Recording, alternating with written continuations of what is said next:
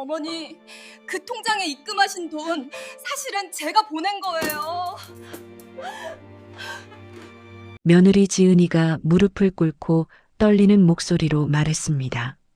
순간 내 손에서 가위가 떨어졌습니다.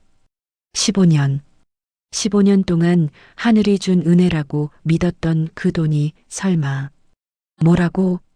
여러분, 평생 모은 돈 4억이 하루아침에 사라진다면 어떻게 하시겠어요? 오늘 주인공 영자 할머니는 30년 동안 가위질에서 번 돈 전부를 잃었습니다.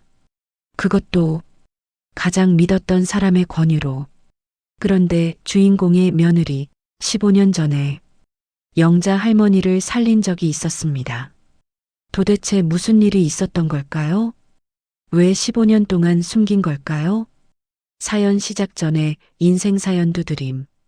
구독과 좋아요를 눌러주시면 제게 큰 힘과 용기가 됩니다. 그날 아침도 여느 때와 다르지 않았습니다. 새벽 6시 알람이 울리기 전에 눈이 떠졌습니다. 68년을 살다 보니 몸이 알아서 깨는 것 같았습니다. 무릎이 시큰거렸지만 이 정도는 괜찮았습니다. 손목만 성하면 가위질은 할 수 있으니까요. 미용실 문을 열고 들어서니 익숙한 냄새가 코를 찔렀습니다. 염색약, 파마약, 그리고 30년 동안 이 벽에 스며든 세월의 냄새. 누군가에겐 역겨울 수도 있는 이 냄새가 저에겐 살아있다는 증거 같았습니다. 간판을 올려다 봤습니다. 30년 전 처음 이 간판을 걸던 날이 어제 같았습니다. 남편 공장이 부도나고 집까지 잃을 뻔했던 그때 누군가 보내준 익명의 돈 덕분에 간신히 이 가게를 차릴 수 있었습니다. 그 돈이 누구 돈인지는 15년이 지난 지금도 모르지만 나는 매일 감사하며 살았습니다. 가위질 한 번 할 때마다 이게 그분께 드리는 이자라고 생각하며 일했습니다. 빗자루질을 하며 창밖을 봤습니다. 골목 건너편 슈퍼마켓 아주머니가 셔터를 올리고 있었고 옆집 분식집 사장님이 김밥 재료를 손질하고 있었습니다. 30년을 한 골목에서 함께 늙어간 사람들이었습니다. 영자야, 오늘도 일찍 나왔네? 슈퍼 아주머니가 손을 흔들었습니다. 언니도 건강해 보여요. 웃으며 대답했지만 요즘 들어 자꾸 불안했습니다. 지난주 구청에서 온 공문 때문이었습니다. 재개발 예정구역 지정 안내라는 제목의 서류. 그 뒤로 동네가 술렁거렸습니다. 오전 9시 첫 손님이 들어왔습니다. 영자씨, 파마 좀 해줘요. 머리가 왜 이렇게 뻗치는지 모르겠어. 20년 단골 김순희 할머니였습니다. 나보다 5살 많은 분이셨습니다. 할머니, 날씨가 건조해서 그래요. 파마하면 관리 편하실 거예요. 파마 기계를 돌리며 할머니와 이야기를 나눴습니다. 영자씨, 어제 조합 설명회 갔다 왔어? 네, 다녀왔어요. 그래서 어떻게 하기로 했어? 조합원 할 거야? 할머니의 물음에 한숨이 나왔습니다. 글쎄요, 고민 중이에요. 뭘 고민해? 분담금 내고 조합원 되면 새 건물 입주권 받는 거잖아. 안 그러면 돈만 받고 나가야 하는데. 분담금이 문제예요, 할머니. 3억이나 해요. 뭐? 3억? 할머니가 놀라서 눈을 크게 떴습니다. 네. 새 상가가 9억인데 우리가 받을 보상금이 6억 정도래요. 그럼 3억을 더 내야 조합원이 되는 거래요. 세상에. 그럼 영자 씨는 어떻게 하려고? 대답이 쉽게 나오지 않았습니다. 3억? 어디서 그 돈을 구한단 말입니까? 잘 모르겠어요. 아직? 할머니가 안쓰러운 눈으로 나를 바라봤습니다. 영자 씨, 우리 나이에 3억을 어디서 구해? 나도 그냥 보상금만 받고 나갈 생각이야. 뭐 어때? 다른 데 가서 작은 가게나 하나 얻으면 되지. 다른데? 그 말이 가슴에 박혔습니다. 30년 동안 지킨 이 자리를, 이 간판을 떠나야 한다는 게 실감이 나지 않았습니다. 오후 2시쯤 손님이 끊긴 사이 혼자 카운터에 앉아 차 한 잔을 마시고 있었습니다. 그때 문이 열리며 며느리 지은이가 들어왔습니다. 정장 차림의 하이힐, 손엔 서류 가방과 노트북을 든 며느리는 언제 봐도 날카로워 보였습니다. 결혼한 지 15년이 됐지만 아직도 며느리 앞에서는 왠지 조심스러워졌습니다. 어머니, 손님 없으세요? 응, 지금 좀 뜸하네. 조합 설명회 다녀오셨죠? 어떠셨어요? 지은이가 카운터 앞 의자에 앉으며 노트북을 폈습니다. 글쎄, 분담금이 너무 많아서. 그러니까요. 제가 계산해 봤는데 어머니 상황이 좀 심각해요. 며느리가 노트북 화면을 돌려서 보여줬습니다. 복잡한 숫자들과 표가 빼곡했습니다. 어머니, 이거 보세요. 이게 현재 이 건물 시세예요. 얼마? 5억이요. 5억? 작년엔 4억이라고 했는데 재개발 호재 때문에 올랐어요. 투기 수요가 생긴 거예요. 근데 문제는 여기서부터예요. 며느리가 화면을 넘기며 설명을 이어갔습니다. 조합원이 되려면 분담금 3억을 추가로 내야 해요. 어머니한테 그 돈 있으세요? 없어. 그럼 2가지 선택지밖에 없어요. 지은이가 손가락을 펴며 하나씩 짚어갔습니다. 첫 번째, 조합원을 포기하고 보상금 6억만 받고 나가는 거. 그럼 이 자리는 영원히 못 돌아와요. 다른 사람이 새 건물 상가받아서 장사하는 거 보고만 계셔야 해요. 가슴이 철렁했습니다. 영원히 못 돌아온다. 두 번째, 지금 이 건물을 5억에 팔아요. 그 돈으로 제가 좋은 투자처를 찾아드릴게요. 확실한 재개발 확정 지역 상가 분양권이 있어요. 거기 투자하면 1년 안에 10억 만들 수 있어요. 그럼 어머니 훨씬 더 좋은 곳에 큰 미용실 차려드릴 수 있어요. 말은 그럴싸했습니다. 하지만 가슴 한쪽이 무너지는 느낌이었습니다. 지은아, 그게 무슨 말이야? 지금 이 건물을 팔라고? 네, 어머니. 어차피 조합원 못 되시면 이 자리 못 지켜요. 그럼 지금 시세 좋을 때 팔아서 큰 돈 만드는 게 낫지 않아요? 하지만 말을 잇지 못했습니다. 30년 동안 내 이름으로 지켜온 이 건물을 팔라니. 어머니, 현실을 보세요. 3억이 어디 있어요? 은행 대출?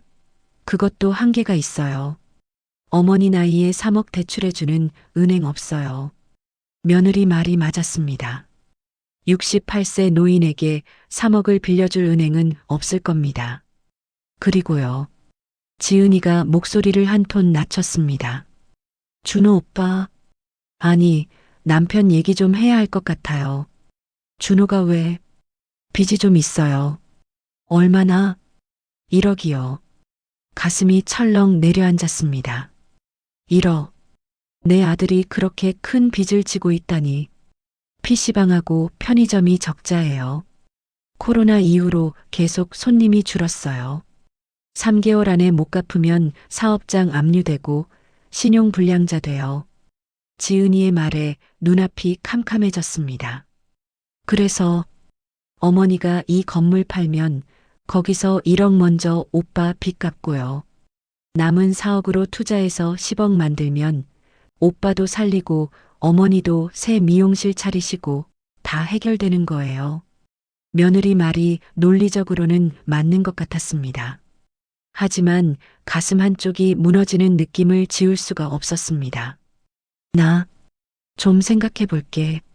어머니 생각할 시간 없어요. 다음 주에 조합 가입 마감이에요.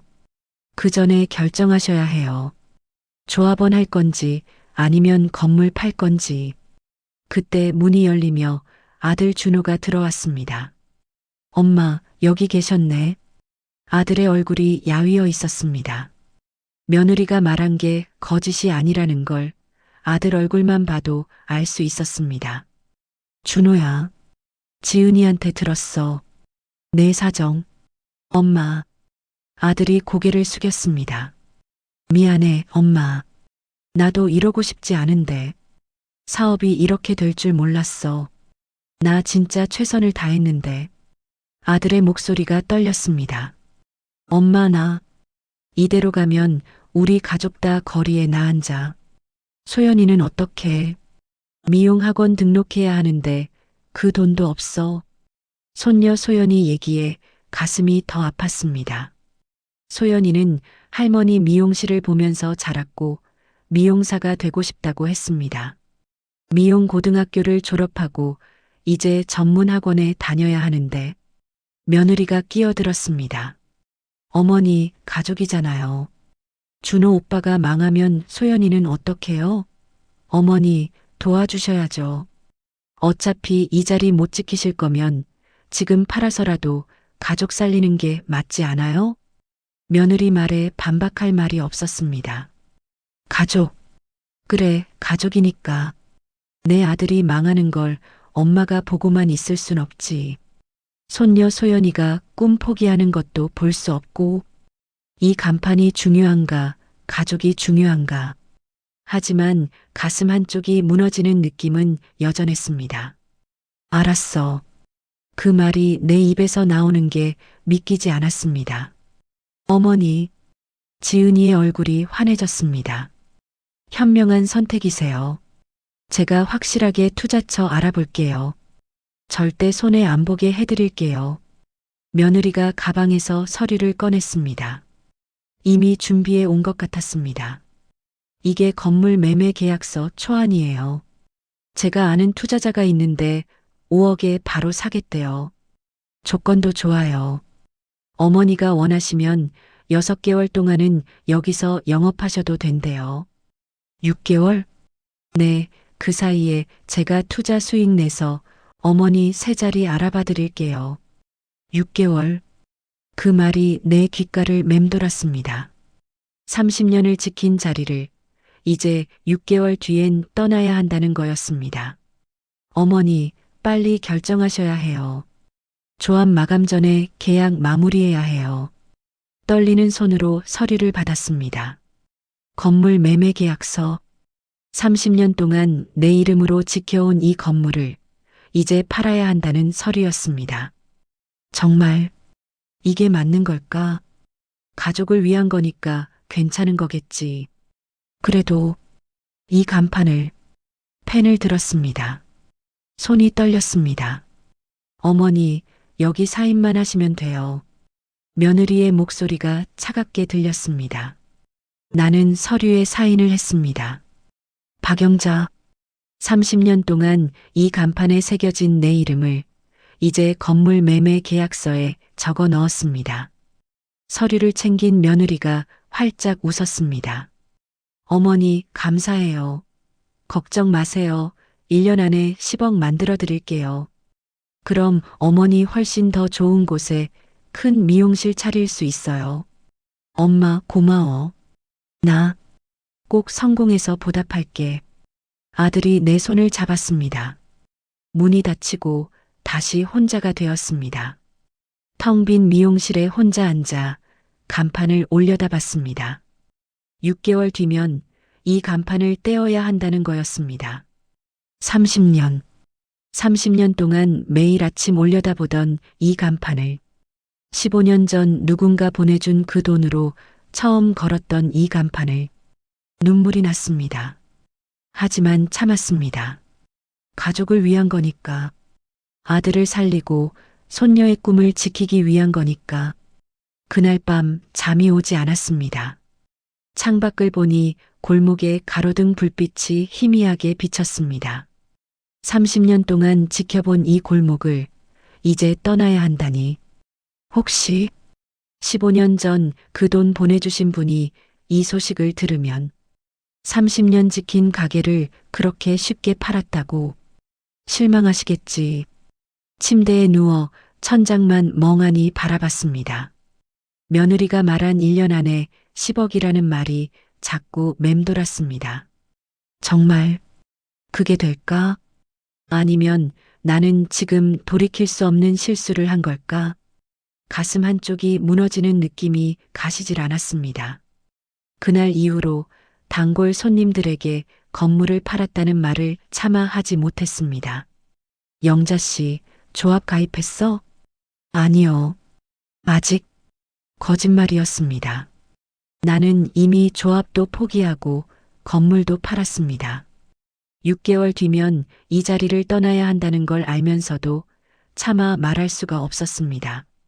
30년 동안 함께한 이 동네 사람들에게 내가 영자 미용실 원장이 아니라 떠나는 사람이 되는 게 두려웠습니다. 건물을 판 지 일주일이 지났습니다. 하지만 미용실 문은 여전히 열었고 손님들은 여전히 찾아왔습니다. 겉으로 보기엔 아무것도 달라진 게 없었습니다. 새벽 6시 어김없이 눈을 떴습니다.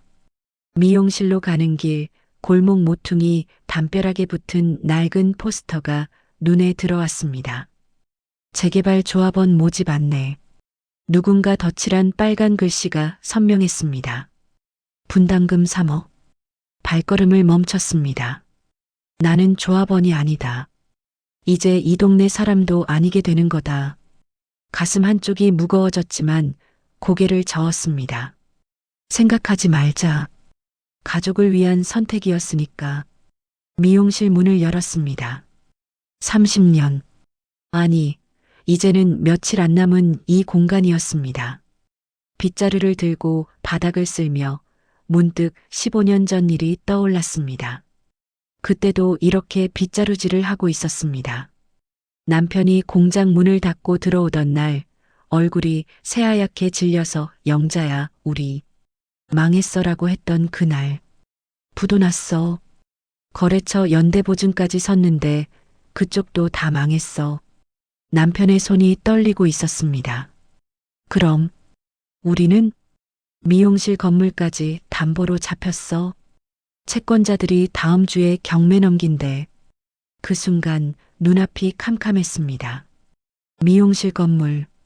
내가 15년 동안 가위질해서 지켜온 이 건물을 잃는다고? 어떻게 당신? 이 가게 없으면 우리 뭐 먹고 살아? 미안해. 내가 욕심부린 거야. 사업 확장한다고. 남편이 무릎을 꿇었습니다. 그날 밤 잠을 잘 수가 없었습니다. 일주일을 악몽 같은 시간을 보냈습니다. 그런데 어느 날 아침 미용실 카운터 서랍 안에 두꺼운 봉투가 들어 있었습니다. 누가 넣었는지 모르겠는데 문을 열고 들어왔을 때부터 있었습니다. 봉투를 열자 현금 다발이 빼곡했습니다. 그리고 작은 쪽지 하나. 지켜보고 있으니 꼭 성공하세요. 이름 없는 자로부터. 떨리는 손으로 돈을 세어봤습니다. 정확히 우리 빚을 갚고도 남을 만큼의 금액이었습니다. 이게 누구 돈이지? 남편과 나는 동네 사람들을 다 떠올려 봤지만 누가 이렇게 큰 돈을 줄 수 있을지 알 수 없었습니다. 하늘이 보내신 거야. 하늘이. 남편이 그렇게 말했고 나도 그렇게 믿었습니다. 그 돈으로 빚을 갚았고 미용실을 지켰습니다. 그 뒤로 나는 매일 아침 출근하며 하늘을 올려다보고 감사 인사를 했습니다. 누구신지 모르지만 감사합니다. 저를 지켜봐 주신다니 꼭 성공하겠습니다. 빗자루를 놓고 카운터에 앉았습니다. 그 낡은 서랍은 아직도 그대로였습니다. 15년 전 그 봉투가 들어있던 서랍. 서랍을 열어봤습니다. 아직도 가끔 그 쪽지를 꺼내보곤 했습니다. 지켜보고 있으니 꼭 성공하세요. 이름 없는 자로부터. 글씨체가 단정했습니다. 여자 손글씨 같았습니다. 이분은 지금도 저를 지켜보고 계실까? 제가 성공했다고 생각하실까? 쪽지를 다시 서랍에 넣었습니다. 이 은혜를 평생 잊지 않겠다고 다짐했는데 이제 나는 이 가게를 팔았다. 그분이 알면 실망하시겠지. 쪽지를 다시 서랍에 넣었습니다. 오전 10시 단골 손님들이 하나둘 들어오기 시작했습니다. 영자야, 커트 좀 해줘. 60대 중반쯤 되어 보이는 이영숙 아주머니였습니다. 10년 넘게 오신 단골이었습니다. 네, 앉으세요. 가위를 들고 머리를 다듬기 시작했습니다. 영자야, 너 건물 어떻게 하기로 했어? 조합 가입했어? 아니요. 그럼 보상금만 받고 나가는 거야? 네. 그럴 것 같아요. 아주머니가 한숨을 쉬었습니다. 나도 마찬가지야. 분담금 3억을 어디서 구해? 우리 같은 사람들은 다 쫓겨나는 거지, 뭐. 근데 영자야, 너 여기서 장사 30년 했잖아. 다른 데 가서 새로 시작하기 쉽지 않을 텐데. 아주머니 말에 가슴이 답답해졌습니다. 괜찮아요. 뭐 어떻게든 되겠죠. 거짓말이었습니다. 어떻게든 될 거라는 확신이 전혀 없었습니다. 며느리가 1년 안에 10억 만들어 드릴게요라고 했지만 그게 정말 될까요? 오후 1시쯤 점심을 먹으려고 카운터에 앉았습니다. 편의점에서 사온 김밥을 먹으며 창밖을 봤습니다. 골목 건너편에서 며느리 지은이가 누군가와 통화하며 걸어오고 있었습니다. 미용실 문을 열고 들어오는 며느리의 얼굴은 상기되어 있었습니다. 어머니, 좋은 소식 있어요. 무슨 소식? 투자처 확정됐어요. 강남 쪽 재개발 상가 분양권인데 완전 대박이에요. 시행사 대표가 제 회사 선배거든요. 완전 확실해요. 며느리가 서류를 펼쳐 보였습니다. 어머니 건물 매매 대금 5억 중에서 준호 오빠 빚 1억 갚고 남은 4억 여기 넣으면 1년 후에 10억 돼요. 정말 확실한 거니? 당연하죠. 제가 이 일 몇 년 했는데 이런 건 딱 보면 알아요. 며느리의 자신감 넘치는 목소리가 오히려 더 불안하게 느껴졌습니다. 그런데 지은아. 네. 혹시 15년 전 일 기억나니? 15년 전요?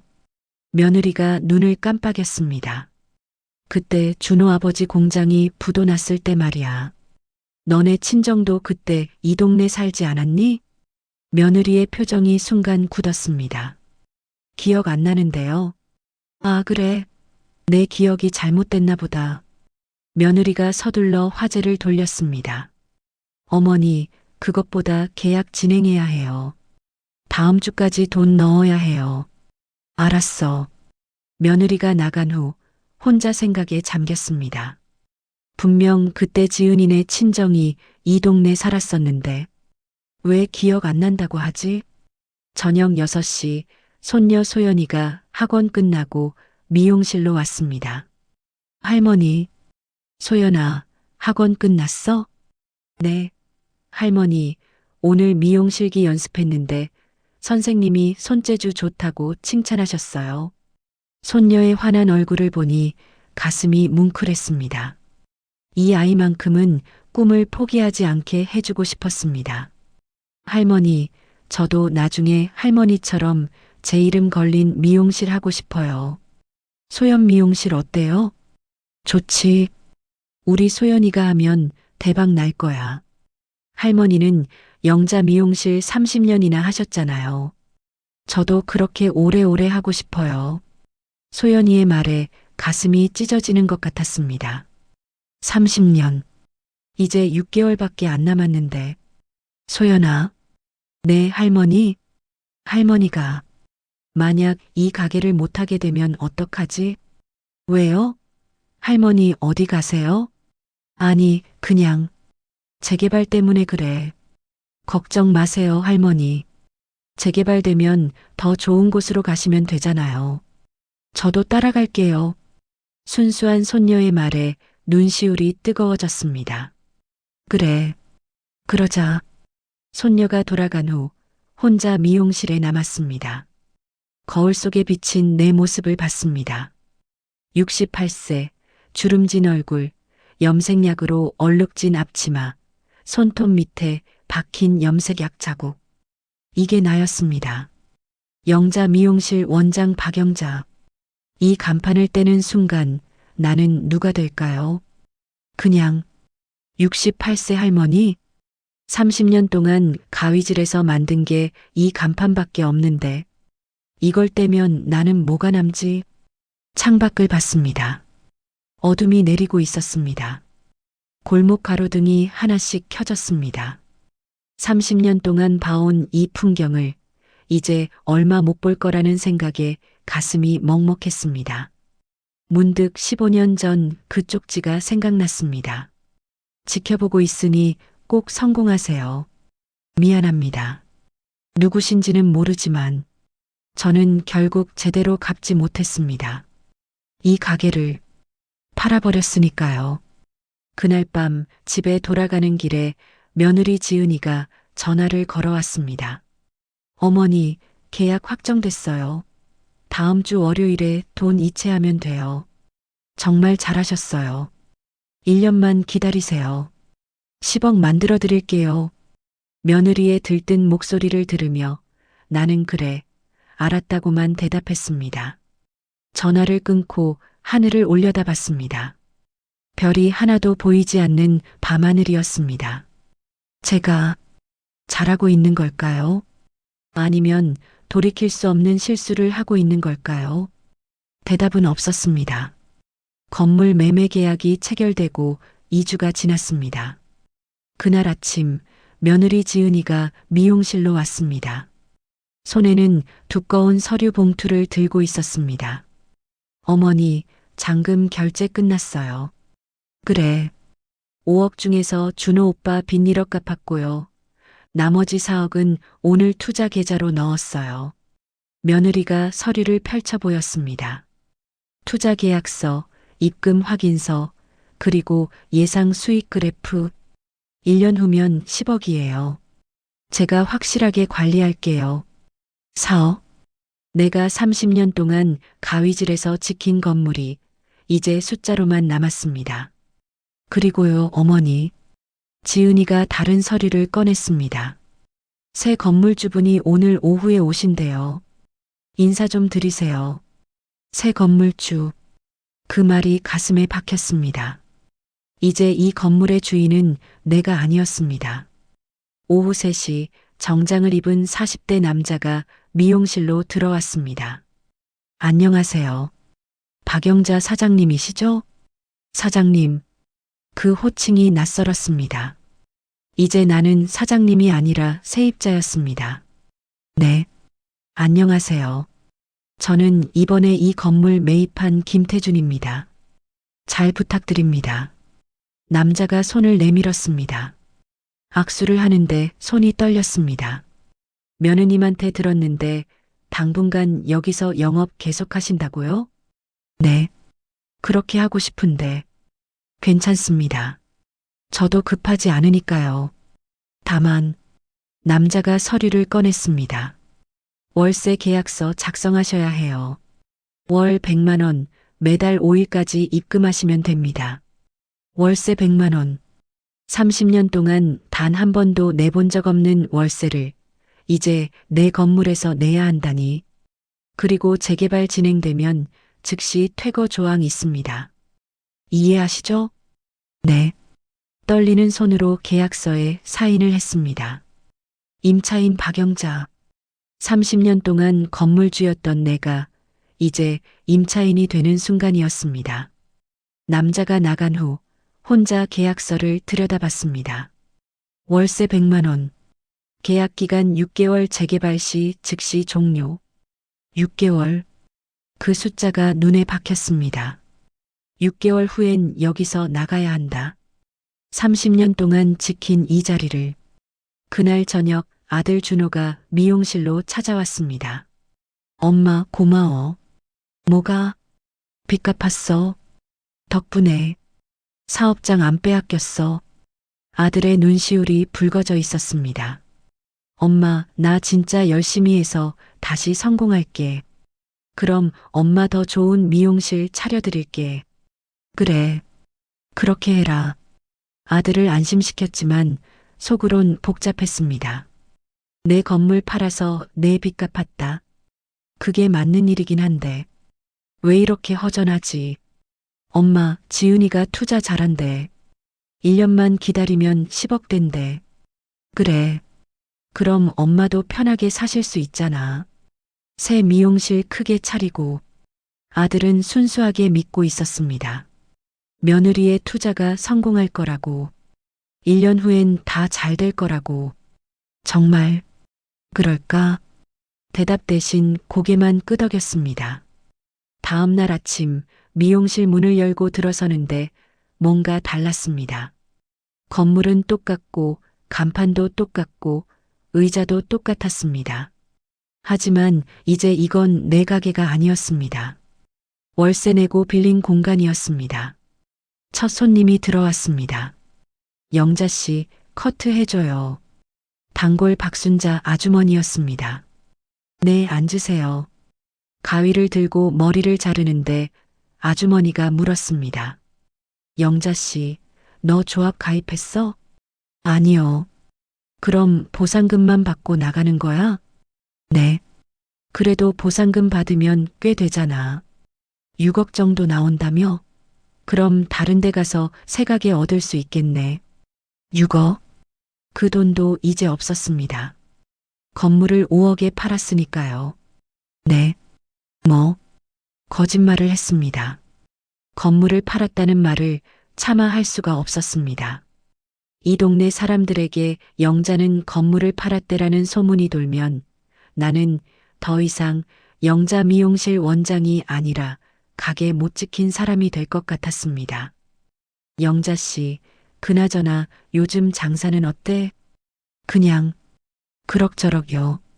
힘내. 우리 같은 사람들은 뭐 어디 가도 먹고 살 수 있어.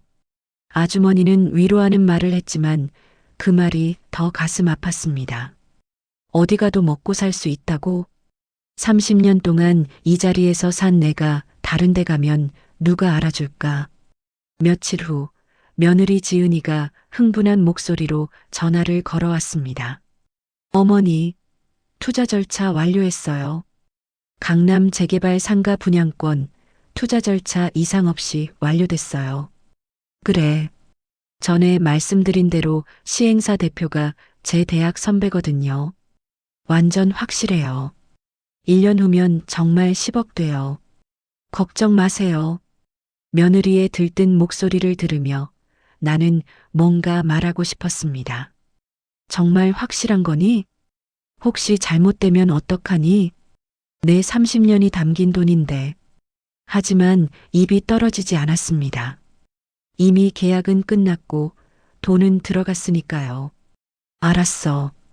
잘 부탁한다. 네. 어머니, 정말 잘하셨어요. 1년만 기다리세요. 전화를 끊고 창밖을 봤습니다. 재개발 공사 현장 펜스가 골목 입구에 세워지고 있었습니다. 조금씩 이 동네가 변하고 있었습니다. 그날 오후 손녀 소연이가 학원 가는 길에 잠깐 들렀습니다. 할머니, 오늘 미용 이론 시험 봤는데 100점 맞았어요. 우리 소연이 최고다. 할머니, 저 나중에 정말 미용사 되면 할머니랑 같이 일할 수 있어요? 그 질문에 가슴이 먹먹해졌습니다. 6개월 후면 이 가게 문 닫는데 너랑 같이 일할 수 있을까? 그럼 우리 소연이 미용사 되면 할머니랑 같이 하자. 거짓말이었습니다. 하지만 손녀의 꿈만큼은 꺾고 싶지 않았습니다. 할머니, 근데 왜 요즘 슬퍼 보여요? 응? 슬프지 않은데? 거짓말. 할머니 눈이 자꾸 빨개져요.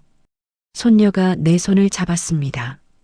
할머니, 무슨 일 있으면 저한테 말해도 돼요. 저도 이제 어른이에요. 15살. 아직 어린 손녀였지만 이렇게 날 걱정해 주는 게 고마웠습니다. 할머니 괜찮아. 그냥 요즘 피곤해서 그래. 너무 무리하지 마세요. 할머니 건강이 제일 중요해요. 손녀가 돌아간 후 거울을 봤습니다. 손녀 말대로 눈이 빨개져 있었습니다. 나 울었나? 언제부터 이렇게 자주 울게 됐지? 저녁 무렵 문을 닫으려는데 슈퍼 아주머니가 들어왔습니다. 영자야, 내일 5일이잖아. 월세 입금일 아니야? 응. 처음이지? 월세 내는 거. 응. 속상하겠다. 30년 동안 내 건물이었는데. 아주머니가 내 어깨를 두드렸습니다. 영자야, 다들 알아. 뭘? 내가 건물 팔았다는 거. 이 동네 사람들 다 알아. 가슴이 철렁했습니다. 어떻게? 새 건물주가 슈퍼 와서 말하더라고. 자기가 이 건물 샀다고. 근데 원래 주인이 당분간 새 들어 산다고. 우리 다 이해해. 조합 분담금 3억이면 누가 내겠어. 영자야, 너 잘못한 거 아니야. 아주머니의 위로가 오히려 더 가슴 아팠습니다. 다들 알고 있었구나. 내가 건물 주인이 아니라는 걸. 내가 이제 세입자라는 걸. 고마워, 언니. 뭘? 우리 30년 이웃인데. 영자야, 힘내. 어디 가도 너 잘할 거야. 아주머니가 나간 후 혼자 앉아 있었습니다. 내일이면 월세를 입금해야 했습니다. 100만 원. 30년 동안 내 건물이었는데 이제 남의 집에 월세를 내야 하는 신세가 되었습니다. 핸드폰을 꺼내 은행 앱을 열었습니다. 계좌 잔액을 확인했습니다. 건물 매매대금 5억 중에서 며느리가 4억을 투자해 넣고 아들 빚 1억을 갚았으니 내 통장엔 남은 게 거의 없었습니다. 앞으로 6개월 동안 월세 100만 원씩 내면 600만 원. 그 돈은 어디서 구하지? 미용실 수입만으론 턱없이 부족했습니다. 요즘 손님이 줄고 있었으니까요. 재개발로 동네 사람들이 하나둘 떠나고 있었습니다. 며느리가 1년 후에 10억 만들어준다고 했지. 그때까지 버티면 되는 거야. 그렇게 믿어야 해. 하지만 불안감은 가시지 않았습니다. 그날 밤 집에 돌아와 잠을 청했지만 잠이 오지 않았습니다. 천장을 바라보며 생각했습니다. 내가 지금 뭘 하고 있는 걸까? 30년 지킨 건물을 팔고 며느리 투자를 믿고 월세 내면서 남의 건물에서 장사하고 정말 이게 맞는 선택이었을까? 핸드폰이 울렸습니다. 며느리 지은이었습니다. 어머니, 투자 진행 상황 보고 드려요. 상가 착공 시작됐대요. 순조롭게 진행 중이에요. 그래. 정말 잘 되고 있어요. 걱정 마세요. 며느리는 자신만만했습니다. 하지만 나는 점점 더 불안해지고 있었습니다. 혹시 뭔가 잘못되는 건 아닐까? 내 30년이 담긴 그 돈이 사라지는 건 아닐까? 창밖을 봤습니다. 어둠 속에서 재개발 현장 펜스의 그림자가 보였습니다. 조금씩 이 동네가 사라지고 있었습니다. 그리고 나도 조금씩 사라지고 있는 것 같았습니다. 투자를 시작한 지 3개월이 지났습니다. 그날 아침 미용실 문을 열고 TV를 켰습니다. 아침 뉴스를 틀어놓고 준비를 하려는데 앵커의 목소리가 들렸습니다. 강남 재개발 상가 분양 사기 의혹이 제기됐습니다. A건설 시행사와 B분양 대행사가 투자자들로부터 수백억 원을 받고 공사를 중단한 것으로 드러났는데요. 손에 들고 있던 빗자루가 떨어졌습니다. 강남 재개발, 상가 분양, 화면엔 공사가 중단된 현장이 비쳤습니다. 덩그러니 남은 안전 펜스, 방치된 건설 자재, 그리고 분노한 투자자들의 집회 모습. 피해자들은 선투자금 전액을 돌려받지 못하고 있으며 시행사 대표는 현재 잠적한 상태입니다. 가슴이 철렁 내려앉았습니다. 설마 우리가 투자한 그곳이? 떨리는 손으로 핸드폰을 집어들었습니다. 며느리한테 전화를 걸었지만 받지 않았습니다. 한 번, 두 번, 세 번, 10번째 전화에서야 며느리가 받았습니다. 어머니, 며느리 목소리가 떨리고 있었습니다. 지은아, 뉴스 봤니? 강남 재개발 사기 뉴스 봤어요. 혹시 우리가 투자한 곳은 아니지? 침묵이 흘렀습니다. 길고 긴 침묵. 그곳이에요. 순간 눈앞이 캄캄해졌습니다. 뭐라고? 어머니가 투자한 그 상가. 거기에요. 그럼 우리 돈은? 모르겠어요. 지금 회사에서 난리 났어요. 저도 징계받을 것 같아요. 지은아, 4억. 4억이 어떻게 된 거야? 목소리가 떨렸습니다. 어머니, 저도 몰랐어요. 시행사 대표가 제 선배라고 했잖아요. 저도 속은 거예요. 속았다고? 내가 확실하다고 했잖아. 어머니, 지금 저한테 소리 지르실 때가 아니에요. 저도 지금 회사에서 해고당할 판이에요. 며느리가 울먹이며 전화를 끊었습니다. 나는 그 자리에 주저앉았습니다. 4억? 건물 팔아서 만든 4억이 30년 동안 가위질에서 지킨 내 인생이 사라졌다는 겁니까? 오전 내내 손님을 받을 수가 없었습니다. TV에선 계속 관련 뉴스가 나왔습니다. 피해자 수백 명, 피해액 수백억 원으로 추정됩니다. 분양 대행사 직원들도 일부 공모한 것으로 보여 경찰이 수사 중입니다. 핸드폰이 울렸습니다. 아들 준호였습니다. 엄마, 뉴스 봤어? 그게 우리 투자한 곳 맞아? 그런 것 같아. 세상에. 그럼 엄마 돈이 다 날아간 것 같아. 엄마, 어떻게? 아들 목소리가 떨렸습니다. 너 빚은 갚았으니까 괜찮아. 괜찮긴요. 엄마가 새 미용실 차린 돈인데 그건 나중에 생각하자. 전화를 끊고 창밖을 봤습니다. 골목 입구에 재개발 안내 현수막이 걸려 있었습니다. 빛바랜 조합원 모집 현수막. 나는 이미 조합원도 아니고 건물도 팔았고 투자금도 날렸습니다. 나한텐 아무것도 안 남았다.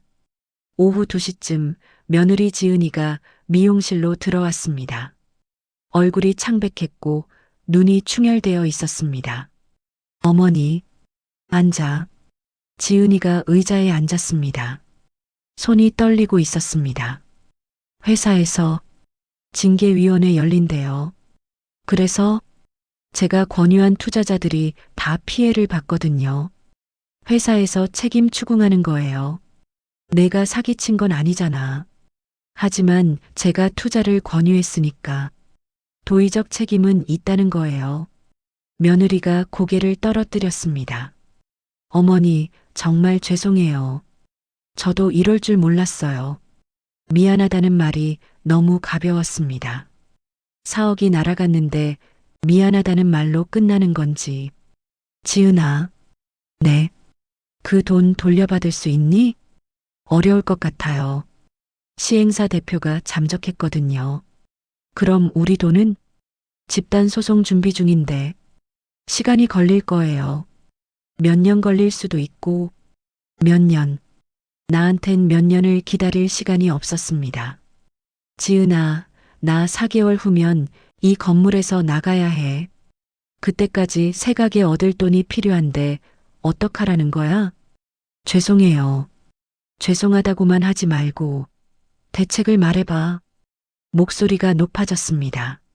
며느리가 고개를 들었습니다. 눈에 눈물이 고여 있었습니다. 어머니, 저도 지금 막막해요. 어떻게 해야 할지 모르겠어요. 내가 확실하다고 했잖아. 1년 후면 10억 된다고 했잖아. 저도 속은 거라니까요. 며느리가 소리를 질렀습니다. 어머니, 저만 탓하지 마세요. 어머니도 계약서에 사인하셨잖아요. 뭐? 투자 계약서, 어머니가 직접 사인하셨잖아요. 투자에는 위험이 있다고 다 적혀 있었어요. 며느리의 말에 머리가 멍해졌습니다. 지은아, 지금 그게 할 말이니? 사실이잖아요. 저만 책임질 순 없어요. 내가 확실하다고 해서 믿은 건데 어머니도 판단하셨어야죠. 세상 물정 모르시는 것도 죄예요. 그 순간 뭔가가 끊어지는 소리가 들렸습니다. 30년 동안 참아온 뭔가가 터졌습니다. 나가. 뭐라고요? 나가라고. 다신 내 앞에 얼씬도 하지 마. 며느리가 얼어붙었습니다. 어머니, 내가 뭔데 나한테 세상 물정을 따져. 30년 동안 가위질해서 번 돈이야. 그 돈으로 내 남편 빚까지 갚아줬는데 지금 나보고 물정 모른다고. 저도 힘들어요. 힘들긴. 내 돈 잃은 것도 아니잖아. 내 30년이 날아간 거야. 내 인생이 날아간 거라고. 목이 쉬도록 소리를 질렀습니다. 며느리가 일어섰습니다. 알겠어요. 나갈게요. 며느리가 돌아서서 나가려는데 문이 열리며 손녀 소연이가 들어왔습니다. 할머니, 엄마. 소연이가 둘 사이를 오가며 봤습니다. 무슨 일이에요? 왜 싸우세요? 소연아, 할머니랑 얘기 중이니까 넌 나가 있어. 며느리가 말했지만 소연이는 움직이지 않았습니다. 싫어요. 할머니 우시잖아요. 소연이가 내 옆으로 왔습니다. 엄마, 할머니한테 왜 그래요? 소연아, 넌 몰라. 어른 일이야. 몰라도 알아요. 엄마가 할머니 돈 날렸다는 거 저도 다 들었어요. 며느리 얼굴이 굳었습니다. 소연아, 엄마 할머니한테 사과해요. 할머니가 평생 모은 돈인데. 소연아, 엄마도 잘못한 게 아니라니까. 잘못했어요. 엄마가 투자하자고 했잖아요. 손녀가 엄마를 향해 소리쳤습니다. 며느리 지은이가 딸을 바라보며 눈물을 흘렸습니다. 소연아, 너까지 엄마를. 엄마, 저 할머니 편이에요. 할머니는 평생 가위질만 하셨어요. 그런데 그 돈을 엄마가. 그만해. 며느리가 소리를 지르며 미용실을 뛰쳐나갔습니다. 문이 쾅 닫혔습니다. 소연이가 내 손을 잡았습니다. 할머니, 괜찮으세요? 고개를 끄덕였지만 눈물이 났습니다. 할머니, 울지 마세요. 제가 있잖아요. 15세 손녀가 68살 할머니를 위로하고 있었습니다. 소연아, 고마워. 할머니, 제가 아르바이트해서 돈 모을게요. 새 미용실 차릴 때 제가 도와드릴게요. 순수한 손녀의 말에 가슴이 무너졌습니다. 아니야, 소연아. 넌 내 학원비나 걱정해. 싫어요. 할머니가 저 키워주셨는데 이제 제가 할머니 도와드릴 거예요. 소연이가 나를 꼭 안았습니다. 그 품에서 나는 참았던 눈물을 쏟아냈습니다. 그날 저녁 집으로 돌아가는 길에 아들 준호가 전화를 걸어왔습니다. 엄마, 지은이한테 들었어. 많이 싸웠다며. 응. 엄마, 지은이도 잘못한 거 알아. 근데 지은이도 지금 힘들거든. 준호야. 응? 내 빚 1억 갚은 건 엄마 건물 판 돈이야. 알아. 그 돈으로 투자한 사억도 다 날아갔어. 미안해, 엄마. 미안하다고 끝나는 게 아니야. 나 4개월 후면 건물 나가야 해. 새 가게 얻을 돈도 없어. 엄마, 내가 뭐라도 해볼게. 넌 내 가게나 신경 써. 엄마 일은 엄마가 알아서 할게. 전화를 끊고 하늘을 올려다봤습니다. 별 하나 없는 밤하늘이었습니다. 15년 전 누군가 보내준 그 돈으로 미용실을 지켰는데 이제 그 미용실마저 잃게 됐다. 그분이 알면 얼마나 실망하실까. 눈물이 흘렀습니다. 68년을 살면서 이렇게 무너진 적이 없었습니다. 집에 도착해서도 잠을 잘 수가 없었습니다. TV를 켜니 또 그 뉴스가 나왔습니다. 강남 재개발 분양 사기 피해자들 집단 소송 준비. 화면 속 피해자들이 울면서 호소하고 있었습니다. 평생 모은 돈이에요. 노후 자금이 다 날아갔어요. 그들의 얼굴이 내 얼굴 같았습니다. 핸드폰을 집어들었습니다. 며느리한테 문자를 보낼까 하다가 지웠습니다. 지금 뭐라고 말하지? 미안하다고? 돈 돌려달라고? 이미 날아간 돈인데.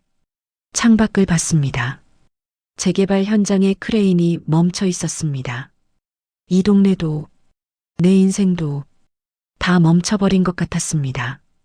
나, 이제 어떻게 하지? 대답은 없었습니다.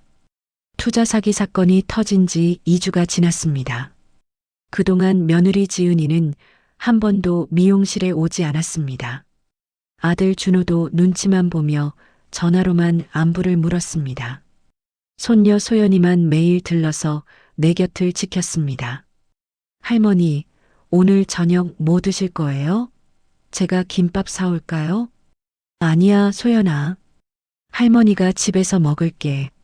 할머니, 요즘 너무 안 드시는 것 같아요. 얼굴이 왜 이렇게 야위셨어요?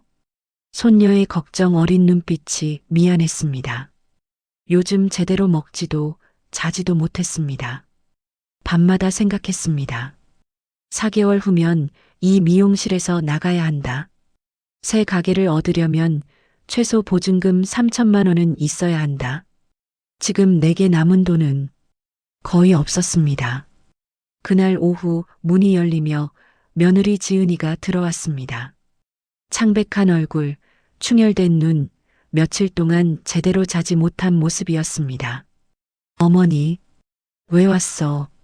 어머니, 회사에서 징계위원회가 열렸어요. 며느리가 의자에 앉으며 떨리는 목소리로 말했습니다. 투자자들이 집단 소송 준비 중이래요. 제가 투자 권유한 사람들 다 피해자잖아요. 회사에서 저한테 책임 추궁해요. 투자 자금 출처를 명확히 증명하지 못하면 해고래요. 며느리가 서류를 꺼냈습니다. 어머니께 받은 사업, 그 돈의 원래 출처까지 다 밝혀야 한대요. 그건 건물 판 돈이잖아. 네, 근데 그 건물 구입 자금은요? 15년 전 어떻게 마련하셨어요? 가슴이 철렁했습니다. 그건 15년 전 누군가 보내준 돈으로. 며느리가 나를 똑바로 봤습니다. 어머니, 15년 전 누군가 익명으로 보내준 돈 있으셨죠? 순간 온몸이 얼어붙었습니다. 너, 그걸 어떻게 알아? 며느리가 입술을 깨물었습니다. 어머니, 저는, 지은아, 대체 어떻게 아는 거야? 그 돈은 아무도 모르는 건데. 목소리가 떨렸습니다. 남편과 나 단둘만 아는 비밀이었습니다. 아들한테도 말하지 않았습니다. 그런데 며느리가 어떻게 안다는 겁니까? 어머니, 저, 며느리가 말을 잇지 못하고 눈물만 흘렸습니다. 지은아, 대답해. 어떻게 아는 거야? 어머니, 그 돈이. 며느리가 떨리는 목소리로 말하려다가 멈췄습니다. 설마. 머리가 어지러웠습니다. 15년 전 익명의 돈을 며느리가 안다고? 그럼 혹시 그 돈이. 어머니, 며느리가 나를 붙잡았지만 눈앞이 캄캄해졌습니다. 바닥이 기울어지는 것 같았습니다. 그 돈이 설마. 며느리가 쓰러지기 직전 며느리의 창백하고 떨리는 얼굴만 보였습니다. 그리고 어둠이었습니다. 눈을 떴을 때 병원 천장이 보였습니다. 할머니, 깨어나셨어요. 손녀 소연이의 얼굴이 보였습니다. 소연아, 내가. 할머니, 미용실에서 쓰러지셨어요. 엄마가 119 불렀어요. 엄마는 어디 있니? 복도에 있어요. 할머니 깨어나실 때까지 계속 밖에서 기다리고 계셨어요. 소연이는 아무것도 모르고 있었습니다. 의사가 간단한 검사를 했습니다. 과로와 스트레스입니다. 큰 문제는 없으니 푹 쉬세요. 퇴원 허락을 받았습니다. 복도로 나가니 며느리 지은이가 벽에 기댄 채 서 있었습니다. 우리 눈이 마주쳤습니다. 며느리가 입을 열려다가 고개를 떨어뜨렸습니다. 어머니, 죄송해요. 대답하지 않았습니다. 집에 가자, 소연아. 네, 할머니. 며느리를 뒤로하고 집으로 돌아왔습니다. 그날 밤 잠을 잘 수가 없었습니다. 며느리의 말이 계속 맴돌았습니다. 15년 전 누군가 익명으로 보내준 돈. 어떻게 알지? 혹시? 서랍을 뒤졌습니다. 명절 때 며느리가 준 카드. 작년 내 생일 때 며느리가 쓴 편지. 찾아서 나란히 놓고 비교했습니다. 손이 떨렸습니다. 비슷해? 아니, 비슷한 게 아니라 똑같아. 가슴이 두근거렸습니다. 설마. 다음 날 아침 미용실로 갔습니다. 카운터 서랍 깊숙한 곳을 뒤졌습니다. 15년 동안 간직해온 그 통장을 꺼냈습니다. 국물, 염색약 얼룩이 묻은 낡은 통장. 표지가 바래고 모서리가 해졌지만 소중히 보관해온 통장. 첫 장을 펼쳤습니다. 15년 전 날짜, 거액의 현금 입금 기록. 그리고 그 사이에 끼워진 쪽지. 지켜보고 있으니 꼭 성공하세요. 이름 없는 자로부터 같은 글씨체, 같은 펜, 같은 필압. 어젯밤 비교했던 며느리 글씨와 똑같았습니다. 이게 전부 지은이가. 주저앉았습니다. 15년 동안 하늘의 은혜라고 믿었던 그 돈이, 이름 없는 자라고 적힌 그 사람이 바로 며느리 지은이였구나. 눈물이 났습니다. 왜 말 안 했어? 15년 동안. 왜? 오후쯤 손녀 소연이가 학원 가는 길에 들렀습니다. 할머니, 괜찮으세요? 어제 많이 놀랐죠? 소연아. 네. 할머니가 엄마한테 물어볼 게 있는데 같이 가줄래? 무슨 일인데요? 가서 얘기할게. 저녁 며느리 집으로 갔습니다. 현관문을 여는 며느리의 얼굴이 창백했습니다. 어머니, 지은아, 이거. 낡은 통장을 내밀었습니다. 며느리가 통장을 보더니 얼어붙었습니다. 어머니, 그게 이 글씨, 내 글씨지? 15년 전, 이름 없는 자, 그게 너지? 침묵이 흘렀습니다. 긴 침묵. 그리고 며느리가 바닥에 무릎을 꿇었습니다. 어머니, 죄송해요. 정말. 그리고 15년 전 이야기가 시작되었습니다. 며느리 집 거실은 고요했습니다. 며느리 지은이가 무릎을 꿇은 채 15년 전 이야기를 시작했습니다. 아들 준호도 옆에 서 있었습니다. 처음 듣는 이야기인 듯 얼굴이 창백했습니다. 손녀 소연이도 조용히 앉아 엄마를 바라봤습니다. 어머니, 15년 전 제 친정이 이 동네 골목 안쪽에 살았던 거 기억하세요? 어렴풋이. 아버지가 공장에서 일하다가 사고를 당하셨어요. 산업재해였는데 회사에서 보상을 안 해주려고 했어요. 보험금 문제로 한참 싸웠죠. 며느리 목소리가 떨렸습니다. 그때 우리 집이 재개발 때문에 나가야 했어요. 이사갈 돈도 없었고 아버지 치료비도 없었어요. 엄마는 매일 울었어요. 나는 그때 일이 희미하게 기억났습니다. 동네에서 수군거리던 가난한 집. 저는 그때 27이었어요. 회사 다닌 지 5년 차였고 준호 오빠랑 사귀고 있었어요. 엄마, 나 준호 오빠네 집에 가서 도움 좀 요청해 볼게. 지은아, 안 돼. 그쪽은 잘 사는 집인데 우리가 뭐라고. 엄마, 우리 이대로는 거리에 나앉아요. 아빠 치료비라도 빌려달라고 해볼게요. 그날 어머니 집을 찾아갔습니다. 당시 영자는 미용실을 운영하고 있었고 남편은 공장을 했습니다. 저희 집보다 형편이 분명 나았다고 생각했습니다. 아주머니, 저희 집 사정이 어려워서 왔어요. 혹시 치료비 좀? 영자가 난감한 표정을 지었습니다. 지은아, 미안한데. 우리도 지금 형편이 좋지 않아. 공장 일이 안 좋아서. 아주머니, 제발이요. 조금만. 지은아. 그때 준호가 나타났습니다. 엄마, 지은이 도와줘요. 준호야, 지금 우리도 여유가 없다니까. 그래도, 준호야. 영자가 아들을 데리고 안으로 들어갔습니다. 문틈으로 들리는 목소리. 준호야, 저 집은 너무 형편이 어려워. 우리가 도와줘도 끝이 없을 거야. 엄마, 그래도 지은이는. 준호야, 너 결혼 생각하는 거 알아? 근데 좀 더 생각해봐. 형편이 나아지면. 그때 결혼해도 늦지 않아.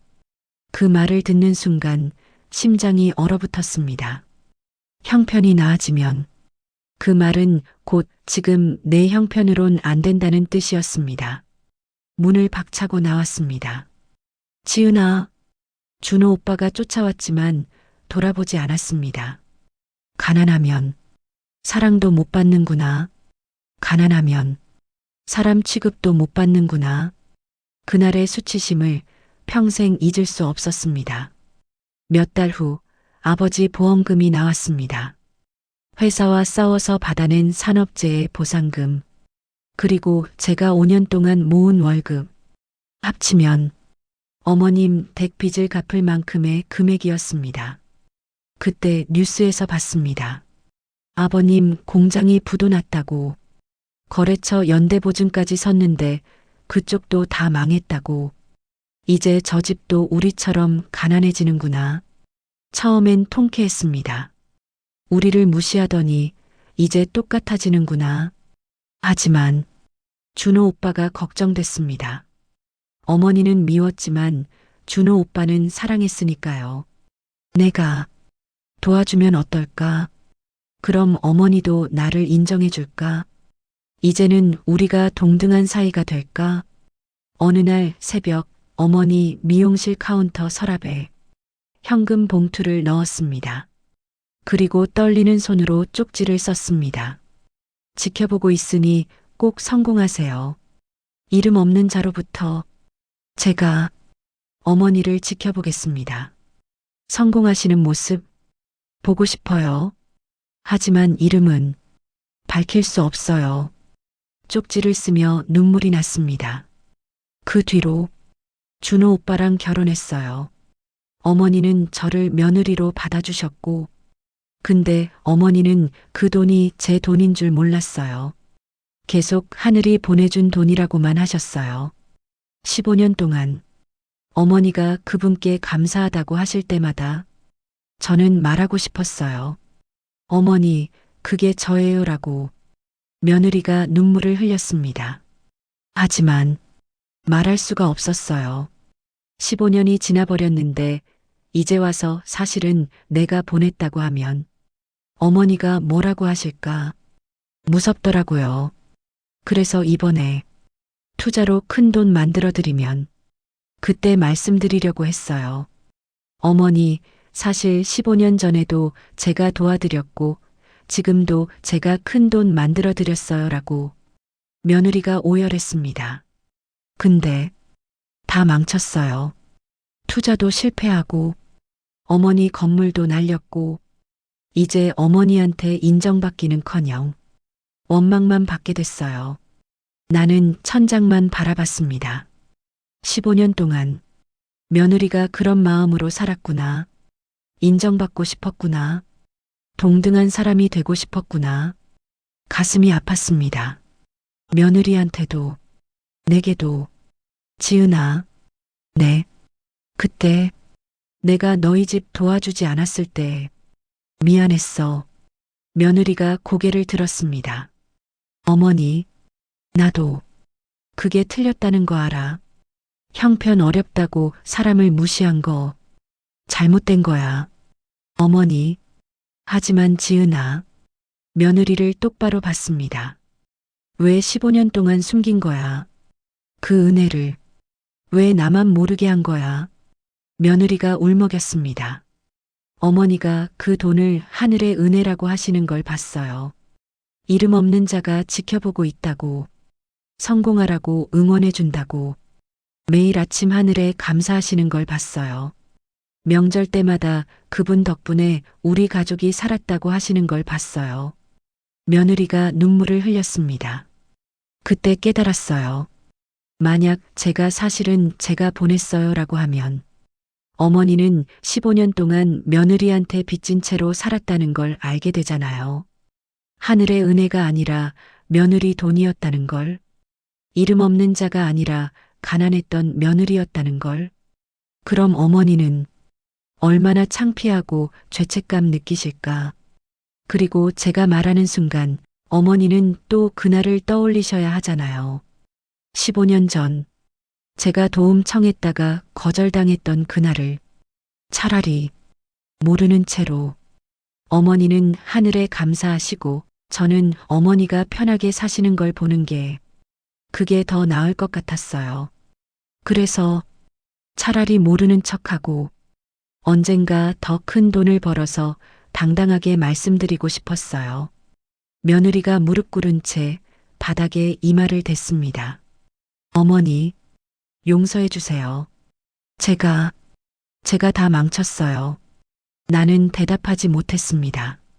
용서해야 하나, 원망해야 하나, 고마워해야 하나, 서운해해야 하나, 이 복잡한 마음을 뭐라고 설명해야 하지. 소연이가 부축해서 집까지 데려다 줬습니다. 할머니, 괜찮으세요? 응, 괜찮아. 엄마가 15년 전에 그런 일을 했었다니. 저도 처음 알았어요. 할머니, 엄마 용서해 주세요. 엄마도 많이 힘들어해요.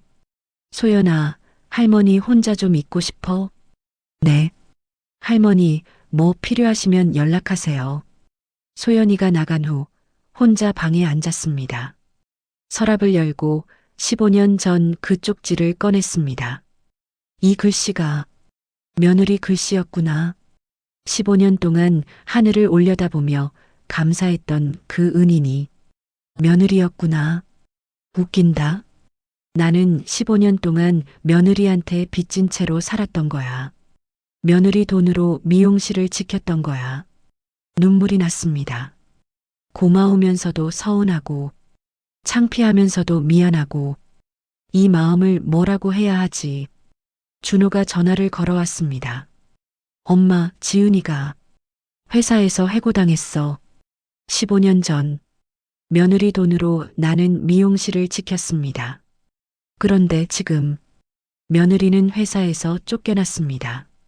며느리가 날 살렸는데 이제 며느리가 무너지고 있다. 나는 뭘 해야 하지? 창밖을 봤습니다. 재개발 현장, 멈춰있는 크레인. 이 동네도 내 인생도 며느리 인생도 모두 멈춰버린 것 같았습니다. 다음 날 소연이가 전화를 걸어왔습니다. 할머니, 엄마가 집에 안 들어와요. 뭐? 회사에서 해고당하고 어디론가 가버렸어요. 전화도 안 받고 아빠는? 아빠도 찾고 있는데 못 찾겠대요. 할머니, 어떡해요? 소연이의 울먹이는 목소리를 들으며 가슴이 답답해졌습니다. 할머니가 찾아볼게. 할머니가요? 응. 할머니가 어디 갔을지 알 것 같아. 전화를 끊고 외투를 걸쳤습니다. 밤 10시, 어둠이 내린 거리를 걸어 미용실로 향했습니다. 며느리가 있을 곳은 아마도 미용실 문 앞에 도착했을 때 불이 켜져 있었습니다. 문을 열고 들어가니 며느리 지은이가 미용실 의자에 앉아 있었습니다. 정장은 구겨져 있었고 머리는 흐트러져 있었고 얼굴은 눈물 자국으로 얼룩져 있었습니다. 손에는 15년 전 그 낡은 통장을 들고 있었습니다. 어머니, 며느리가 나를 보고 고개를 돌렸습니다. 소연이가 걱정하더라. 집에 가야지. 못 가요. 왜? 얼굴을 못 들겠어요. 준호 오빠한테도, 소연이한테도 며느리 목소리가 떨렸습니다. 나는 옆 의자에 앉았습니다. 두 사람 침묵 속에서 한참을 그렇게 앉아 있었습니다. 어머니, 응, 이 통장, 제가 15년 동안 한 번도 못 버렸어요. 며느리가 통장을 쓰다듬었습니다. 왜? 이게 제 자존심이었거든요. 가난한 집 딸이었던 제가 시어머니를 살렸다는 증거였으니까요. 며느리가 쪽지를 펼쳤습니다. 이 쪽지를 쓸 때 손이 떨렸어요. 어머니한테 인정받고 싶었어요. 지은이도 이 집 사람이다라고, 가난한 집 딸이지만 쓸모 있다라고. 며느리가 눈물을 흘렸습니다. 근데 15년 동안 어머니는 그 돈이 제 돈인 줄 모르셨어요. 계속 하늘이 보내준 은혜라고만 하셨어요. 며느리가 나를 바라봤습니다. 어머니 아세요? 명절 때마다 어머니가 그분 덕분에 우리 가족이 살았다고 하실 때마다 제 마음이 어땠는지 말하고 싶었어요. 어머니, 그게 저예요. 제가 어머니를 살렸어요라고. 며느리 목소리가 커졌습니다. 하지만 15년이 지나버렸어요. 이제 와서 말하면 어머니가 창피해 하실 것 같았어요. 15년 동안 며느리 돈으로 살았다는 게 어머니 자존심 상하게 할 것 같았어요. 며느리가 통장을 내려놓았습니다. 그래서 이번 투자로 큰 돈 만들어드리면 그때 당당하게 말씀드리려고 했어요. 어머니, 15년 전에도 제가 도와드렸고 지금도 제가 10억 만들어드렸어요. 이제 저도 인정해 주세요라고.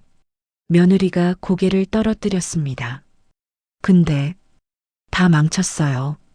투자도 실패하고 어머니 건물도 날렸고 회사에서도 쫓겨났어요. 며느리가 바닥에 무릎을 꿇었습니다. 어머니, 저는 정말 오열하는 며느리를 보며 가슴이 아팠습니다. 15년 동안 이런 마음으로 살았구나. 인정받고 싶어서, 동등한 사람이 되고 싶어서 한참을 그렇게 있다가 나는 입을 열었습니다. 지은아, 네, 그때 내 친정 도와주지 않은 거 미안했어. 며느리가 고개를 들었습니다. 15년 전 내가 도움 요청했을 때 나는 사실 도와줄 수 있었어. 근데 안 했어. 왜냐하면 너희 집이 가난해 보였거든. 도와줘도 끝이 없을 것 같았어. 며느리 눈에 눈물이 고였습니다. 그리고 솔직히 말할게. 나는 내가 우리 준호랑 결혼하는 거 처음엔 별로였어. 알아요. 형편이 나은 집 딸이었으면 좋겠다고 생각했어.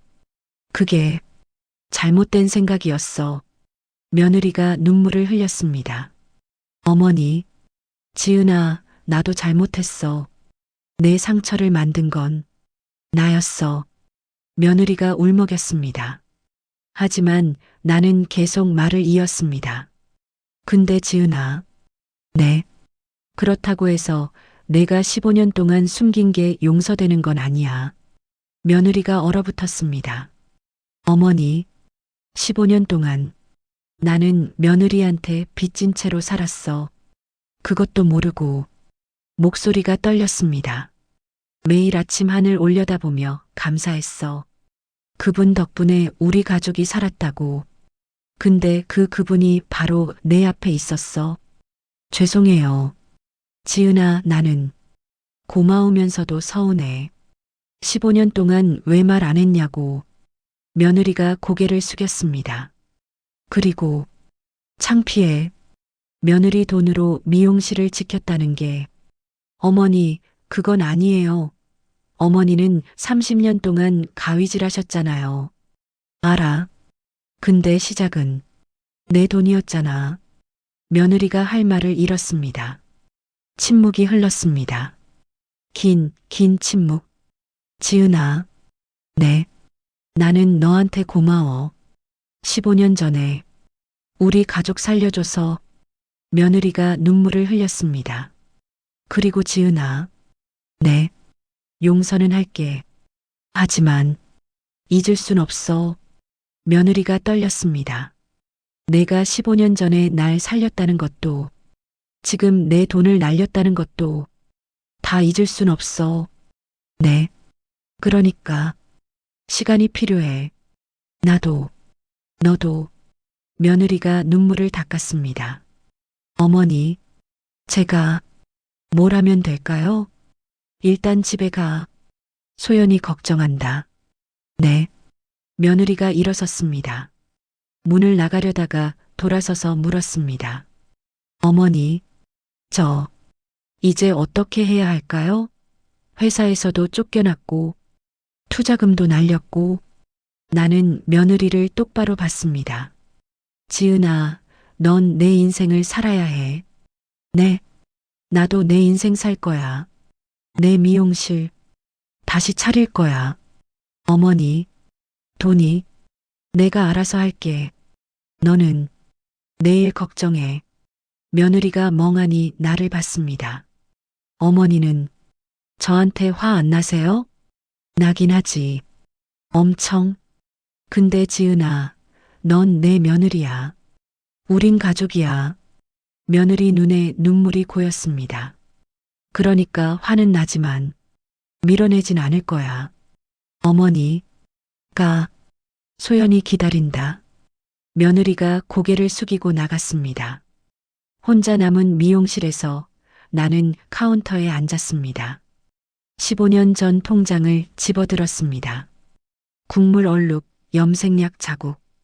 이게 다 내 인생이었습니다. 며느리가 날 살렸어. 그건 사실이야. 하지만 30년 동안 가위질한 건 나야. 이 간판을 지킨 건 나야. 창밖을 봤습니다. 재개발 현장, 멈춰 있는 공사. 이 동네는 곧 사라질 겁니다. 내 미용실도, 이 자리도. 하지만 나는 사라지지 않아. 내 이름은 사라지지 않아. 간판을 올려다 봤습니다. 4개월 후면 이 간판을 떼야 해. 하지만 다시 걸 거야. 다른 곳에서라도 다시 걸 거야. 손에 힘을 주었습니다. 이번엔 진짜 내 힘으로. 누구 돈도 아니고 내 손으로 번 돈으로. 다음 날 아침 아들 준호가 미용실로 찾아왔습니다. 엄마, 응? 지은이한테 들었어. 어젯밤에 대화 나눴다며. 그래. 준호가 내 손을 잡았습니다. 엄마 미안해. 나도 몰랐어. 지은이가 15년 전에. 알아. 내 잘못은 아니야. 근데 엄마, 지은이를 용서해 줄 수 있어?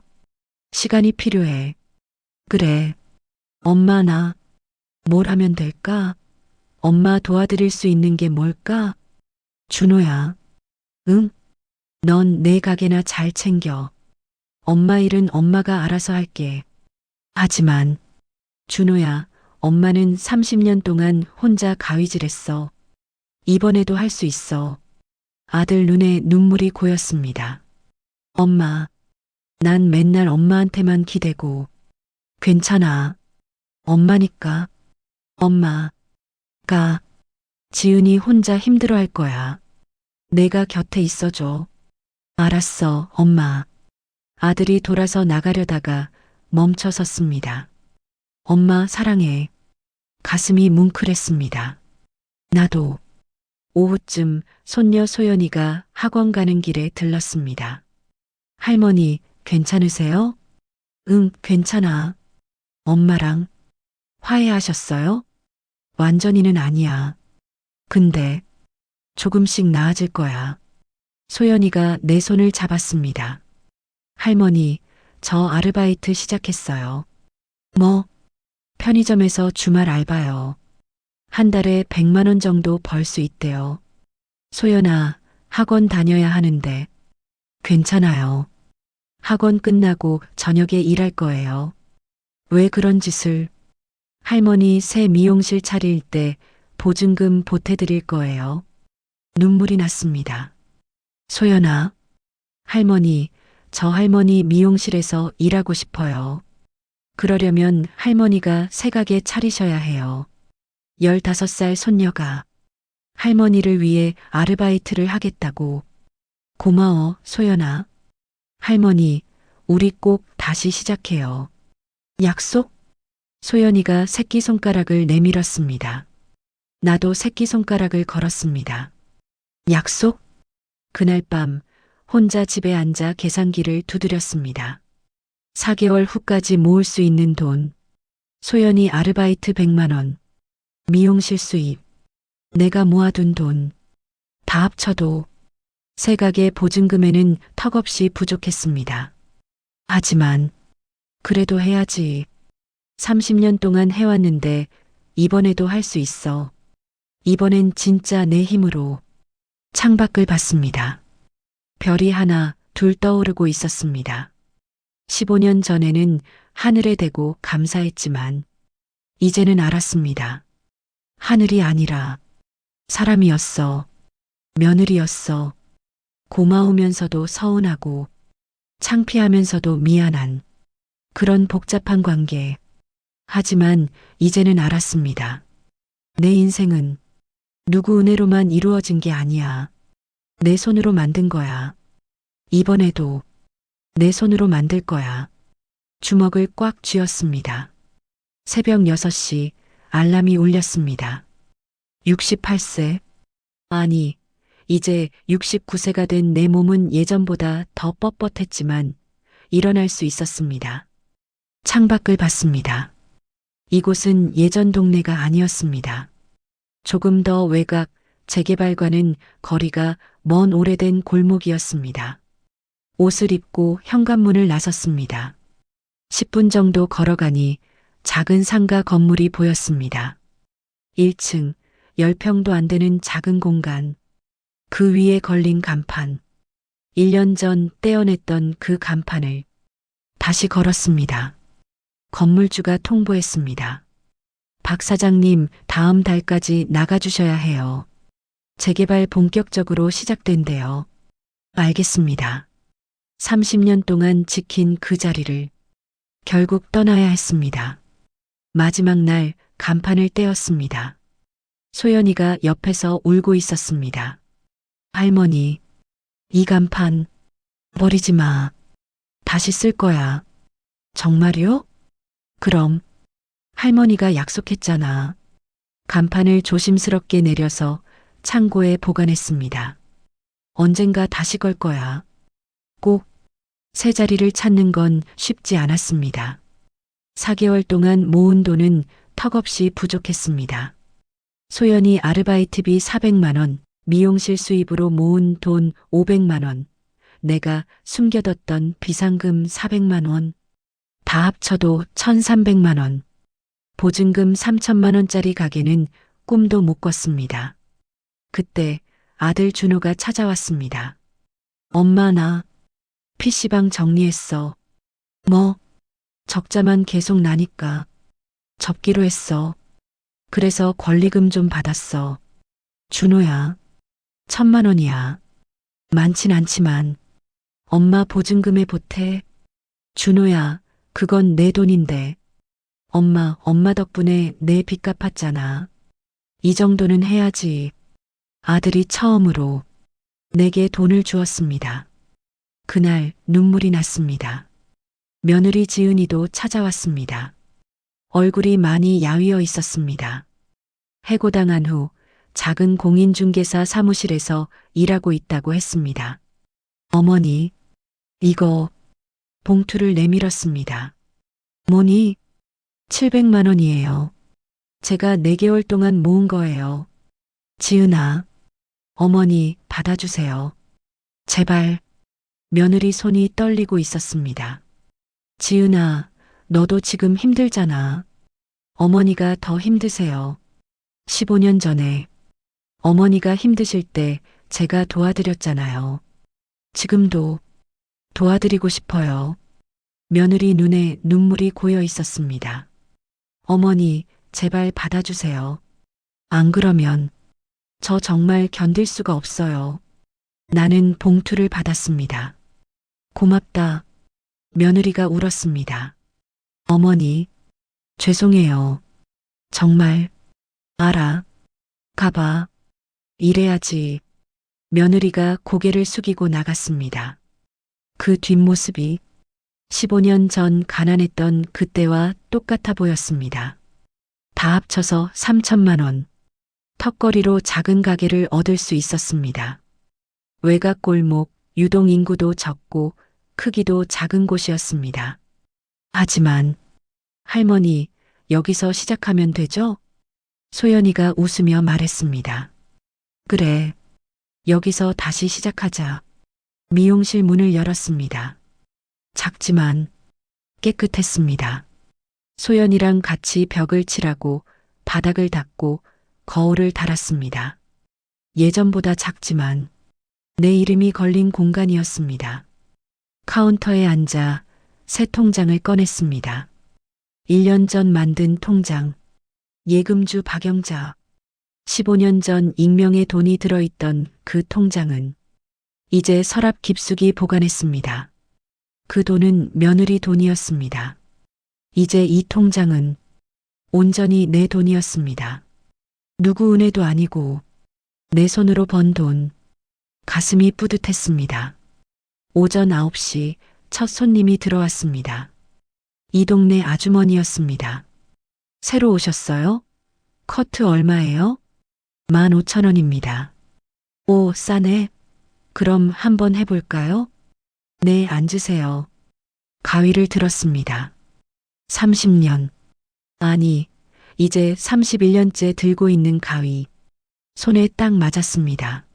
내가 할 수 있는 건 이것뿐이야. 하지만 이것만은 내가 최고야. 가위질 소리가 미용실에 울렸습니다. 오후 2시쯤 손녀 소연이가 학원 끝나고 들렀습니다. 할머니, 오늘 손님 몇 분 오셨어요? 5분. 와, 대박. 어제보다 늘었네요. 소연이가 환하게 웃었습니다. 할머니, 저도 이제 샴푸 좀 배워도 될까요? 그럼, 우리 소연이 미용사 되려면 배워야지. 할머니, 제가 나중에 여기서 할머니랑 같이 일할 수 있을까요? 당연하지. 이 간판, 나중엔 내 거야. 소연이 눈이 반짝였습니다. 정말요? 그럼 나중엔 소연 미용실로 바꿀 수 있어요? 하하, 그래도 되고. 아니면 영자 소연 미용실도 괜찮고. 소연이가 내 손을 잡았습니다. 할머니, 고마워요. 할머니 덕분에 제 꿈을 이룰 수 있어요. 아니야, 소연아. 내 덕분에 할머니가 다시 일어설 수 있었어. 하지만 그 말은 하지 않았습니다. 저녁 무렵 문이 열렸습니다. 며느리 지은이었습니다. 어머니, 혹시 시간 있으세요? 머리 좀. 앉아. 며느리가 조심스럽게 의자에 앉았습니다. 1년 만에 처음으로 내가 며느리 머리를 만지는 거였습니다. 요즘 어떠니? 그냥 그래요. 중개사무소 일이 쉽진 않은데 배우는 중이에요. 힘들겠다. 괜찮아요. 제가 한 짓 생각하면 며느리 목소리가 작아졌습니다. 가위로 조심스럽게 머리를 다듬었습니다. 지은아. 네. 15년 전에. 고마웠어. 며느리가 거울 속에서 나를 봤습니다. 어머니, 그 돈 없었으면 나 미용실 못 지켰어.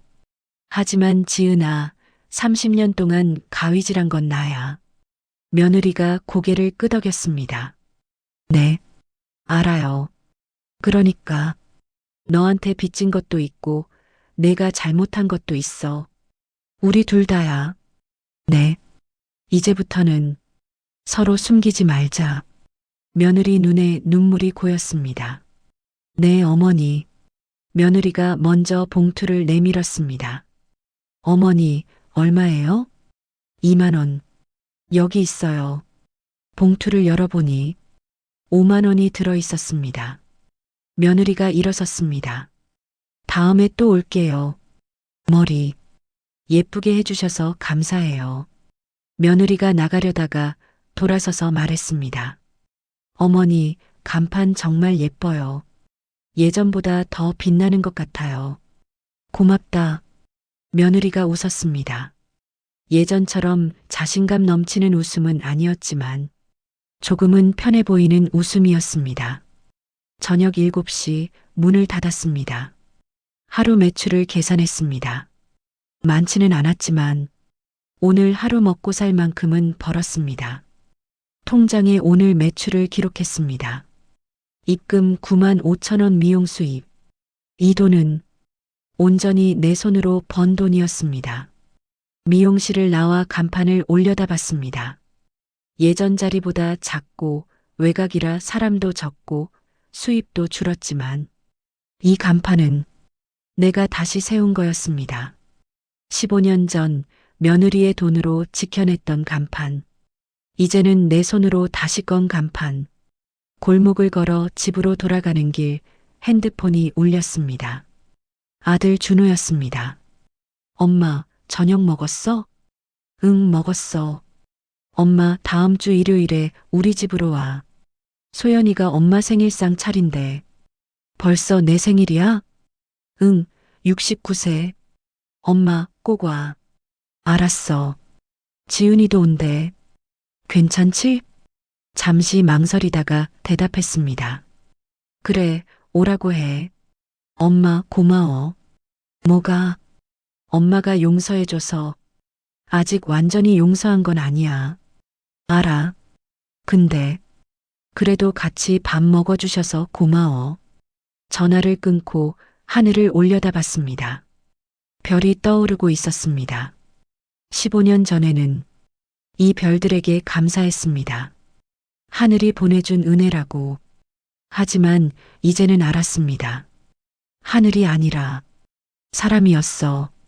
며느리였고 아들이었고 손녀였어. 그리고 나였어. 내 손으로 만든 인생이었어. 집에 도착해서 서랍을 열었습니다. 15년 전 낡은 통장, 그리고 쪽지. 이제는 이 글씨가 며느리 글씨라는 걸 알았습니다. 고마웠어, 지은아. 하지만 이제는 내가 내 인생을 지킬 거야. 쪽지를 다시 통장에 끼워 넣고 서랍 깊숙이 넣었습니다. 그리고 새 통장을 꺼냈습니다. 예금주 박영자. 이 통장에는 앞으로 내가 번 돈만 들어갈 겁니다. 이제부터 내 노후는 통장 숫자가 아니야. 내 손이 만드는 작품이야. 이 가위질이 내 인생이야. 창밖을 봤습니다. 재개발로 사라진 그 동네는 이제 새 건물이 올라가고 있을 겁니다. 나는 그 자리에 없지만 괜찮아. 내 이름은 여기 있으니까. 영자 미용실은 계속되니까. 손을 펴서 봤습니다. 주름지고 염색약 얼룩이 묻어 있고 30년 넘게 가위를 든 손. 이 손이 내 자랑이야. 이 손으로 앞으로도 계속 살아갈 거야. 다음 주 일요일 아들 집에 갔습니다. 소연이가 정성스럽게 상을 차려놨습니다. 할머니, 생일 축하해요. 고맙다, 우리 소연이. 준호가 케이크를 가져왔습니다. 그리고 며느리 지은이가 조심스럽게 들어왔습니다. 어머니, 생신 축하드려요. 고맙다. 앉아. 네 식구가 식탁에 둘러앉았습니다. 어색했지만 예전보다는 나았습니다. 자, 할머니 촛불 끄세요. 소연이가 촛불을 켰습니다. 69개. 많기도 하네요. 소원 빌어요, 할머니. 눈을 감았습니다. 우리 가족이 건강하게, 그리고 내가 이 가위를 놓지 않고 계속 일할 수 있게 해주세요. 촛불을 끄고 눈을 떴습니다. 가족들이 박수를 쳤습니다. 며느리도 조심스럽게 박수를 쳤습니다. 우리는 밥을 먹었습니다. 예전처럼 편하진 않았지만 그래도 함께 밥을 먹었습니다. 식사 후 며느리가 조용히 말했습니다. 어머니, 다음 달에 머리하러 갈게요. 그래. 와. 어머니 미용실. 손님 많이 오세요? 조금씩 늘고 있어. 다행이에요. 며느리가 미소 지었습니다. 쓸쓸하지만 따뜻한 미소였습니다. 집으로 돌아오는 길 소연이가 배웅해줬습니다. 할머니, 조심히 들어가세요. 그래, 너도 공부 열심히 해. 네. 할머니, 내일 미용실에서 봐요. 그래. 버스를 타고 가며 창밖을 봤습니다. 도시의 불빛들이 반짝였습니다. 어딘가에는 지켜온 그 자리가 있을 겁니다. 이제는 새 건물이 올라가고 새 사람들이 살고 있겠죠. 그래도 괜찮아. 내 이름은 여기 있으니까. 집에 도착해서 마지막으로 거울을 봤습니다. 69세 얼굴, 주름지고 늙었고 힘들었던 세월이 다 보였습니다. 하지만 나는 아직 영자 미용실 원장이야. 내일도 가위를 들 거야. 그리고 모레도 이 손이 움직이는 한 계속 거울 속 내가 웃었습니다. 피곤하지만 당당한 웃음이었습니다. 여기까지가 영자 할머니의 이야기였습니다. 30년 동안 가위를 들고 살았던 한 여성이 68세에 모든 걸 잃었지만 다시 일어선 이야기. 며느리의 15년 비밀과 투자 실패로 건물을 잃고 손녀의 손을 잡고 다시 간판을 건 이야기. 그리고 완벽하지는 않지만 그래도 계속 이어가기로 한 가족의 이야기. 이 이야기가 여러분의 가슴에 작은 울림이라도 남겼다면 정말 기쁘겠습니다. 혹시 이 이야기를 보시면서 이런 생각 해보신 적 있으신가요? 우리 며느리 생각나네. 나도 인정받고 싶어서 참았던 적 있었는데 나이 들어서도 다시 시작할 수 있을까? 우리 가족도 숨긴 게 있을까? 여러분의 이야기를 댓글로 들려주세요. 어떤 부분이 가장 가슴 아프셨는지, 혹시 비슷한 고부 갈등이나 가족 문제를 겪으신 적 있으시다면 영자 할머니나 며느리 지은이에게 하고 싶은 말씀이 있으시다면 댓글 남겨주세요. 하나하나 다 읽어보겠습니다. 그리고 이 채널이 처음이신 분들께 부탁드립니다. 우리 이웃 할머니, 우리 어머니, 혹은 나 자신의 이야기가 될 수 있는 이런 이야기들을 계속 만들어갈 예정입니다. 50대, 60대, 70대 여성분들의 진짜 인생 이야기, 숨기고 싶었던 아픔, 말하지 못했던 서운함, 그리고 그럼에도 계속되는 삶의 이야기들을 담아갈 겁니다. 구독 버튼 한번 눌러주시면 새로운 이야기가 올라올 때마다 가장 먼저 만나보실 수 있어요.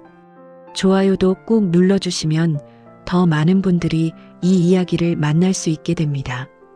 알림 설정까지 해주시면 새 영상이 올라오는 즉시 알려드려요. 여러분의 작은 클릭 하나가 이런 이야기들이 계속 만들어지는 힘이 됩니다. 오늘도 이 긴 영상을 끝까지 봐주셔서 진심으로 감사드립니다. 여러분 모두 영자 할머니처럼 당당하게 그리고 자기 이름으로 살아가시길 바랍니다. 늦은 나이는 없습니다. 69세에도 새 간판을 걸 수 있으니까요. 손에 든 가위가 있다면 그게 바로 여러분의 힘입니다. 그럼 다음 이야기에서 다시 만나요. 건강하세요. 사랑합니다. 구독, 좋아요, 댓글, 알림 설정